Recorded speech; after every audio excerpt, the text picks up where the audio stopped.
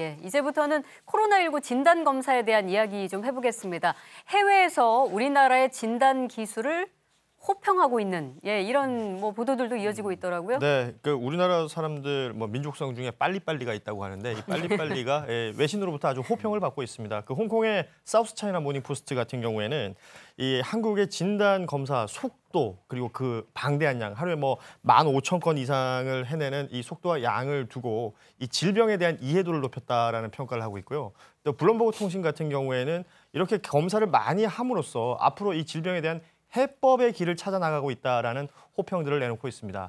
이러다 보니까 국내 일부 언론들 보도에 나온 내용인데 다른 나라들, 지금 전 세계적으로 코로나19가 확산하다 보니까 이 다른 나라들 같은 경우에 우리나라의 진단 키트에 관심을 많이 보인다는 거죠. 그래서 이제 외교부가 움직이고 있습니다. 우리나라의 진단 키트 수준을 널리 홍보하고 또 우리는 이제 대량으로 생산할 수 있는 그 능력이 있다라는 것을 알리고 있다고 그래요. 그러니까 여러 채널들을 통해서 이런 것들을 알리고 있는데 그 중에는 또 이 드라이브스루 방법으로 진단하고 있는 모습도 굉장히 좋은 아이디어다라는 것이 이 외신들의 평가이기 때문에 네. 외교부는 또 이런 부분들을 어필하고 있다고 합니다. 예, 그러니까 진단 키트를 이제 해외에 수출하는 그런 일도 보도로 접할 수 있을 것 같습니다. 해외에서 이렇게 코로나19 진단 기술이 높게 평가되고 있는데 어떻게 이렇게 많은 사람을 신속하게 진단할 수 있었던 건지 전문가의 인터뷰 들어보겠습니다. 신종 감염병의 유행을 겪으면서 정확하고 빠르게 검사할 수 있는 진단 방법이 또 발달을 했습니다. 요즘 많은 분들이 이제 알게 되신 리얼타임 PCR 대표적인 방법이고요. 많은 진단검사 전문가들이 코로나19 대유행이 발생하기 전에 이미 이러한 방법을 검사실에 도입을 해놓은 상태였습니다. 또한 국내 진단 시약 제조업체 기술 수준도 그동안에 많이 향상이 돼서 빠른 기간에 시약을 개발할 수 있게 된 것입니다. 마지막으로는 진단검사 의학과라는 게 우리나라에 있어요. 이는 외국에서는 좀처럼 보기 힘든 시스템으로 진단검사에 관한 이슈가 발생하거나 이를 해결하기 위한 전문가 풀이 대규모로 형성되어 있습니다.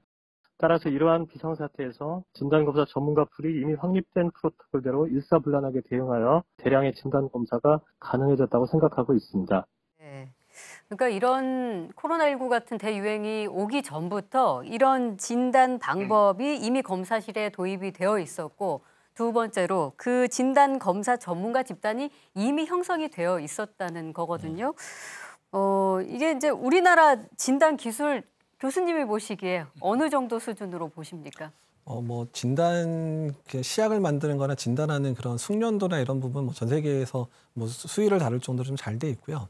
특히나 이제 우리가 2015년에 메르스를 겪었던 게 상당히 이제 야기됐던 부분인데 네. 메르스를 겪었을 때 제일 큰 문제가 처음에 이제 진단 시약이나 이런 부분이 부족해서 진단이 빨리 이루어지지 않았던 부분도 있었고 네. 또 이제 상용화된 진단 시약을 개발을 해서 승인을 받으려고 하는데 이제 그런 거를 신속 승인하는 제도가 전혀 없었습니다. 그래서 그 당시에 사실 어거지로 승인해가지고 이제 약을 전국에 있는 병원들이 뿌렸던 기억이 있는데 네. 이제 그러고 나서 아예 제도 개선을 아예 진단검사의학회 쪽에서 말씀을 하셔서 제도 개선을 한 게 일단 위기 상황일 경우에는 일단 이런 부분들 유효성 평가, 그러니까 정확도를 이제 늘리는 그런 방법들에 대한 평가를 개별 회사가 제안을 못하니까 정부기관 주도로 질병관리본부가 그런 유효성 평가를 대신해서 신속하게 승인하는 과정을 거쳐서 그런 것 때문에 거의 한 달 내에 상용화된 시약이 이제 시약회사가 만들 수 있는 기회가 된 거거든요. 네, 그래서 네. 그 한 3, 4년의 기간 동안 준비해 놓은 게 이번에 제대로 사용될 수 있었던 기회가 된 겁니다. 예. 그 진단 키트 사용하면 네. 검사 6시간 만에 결과 나온다는 거잖아요. 네. 그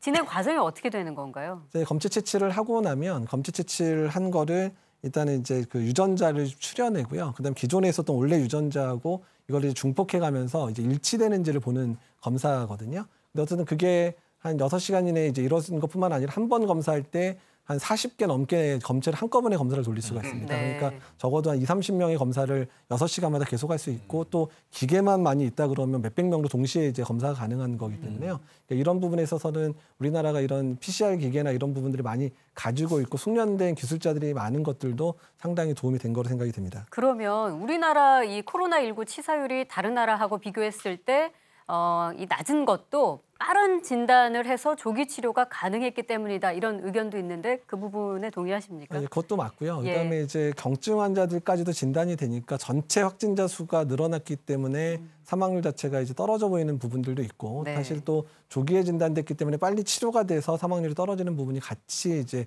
동반되고요. 그러니까 외국에서 우리나라 자료가 제일 환자의 발생 양상을 가장 객관적으로 나타냈다고 한 주된 이유가 뭐냐면 무증상 감염자부터 시작해서 그다음에 가벼운 증상 있는 분 또한 예. 중증 환자까지 전체 환자의 숫자를 가늠할 수 있는 이유가 이제 확진 기술 때문이었거든요. 네. 그래서 이제 그러면 실제 전체 환자 중에 사망자는 몇 프로고 실제로 뭐 중증은 몇 프로고 이런 것들이 정확한 자료가 우리나라에 잡힐 수 있는 부분이 외국이 되게 부러워하는 부분이기도 하고 또 외국 이제 의사들한테 아주 중요한 시사점이 되고 있습니다. 네.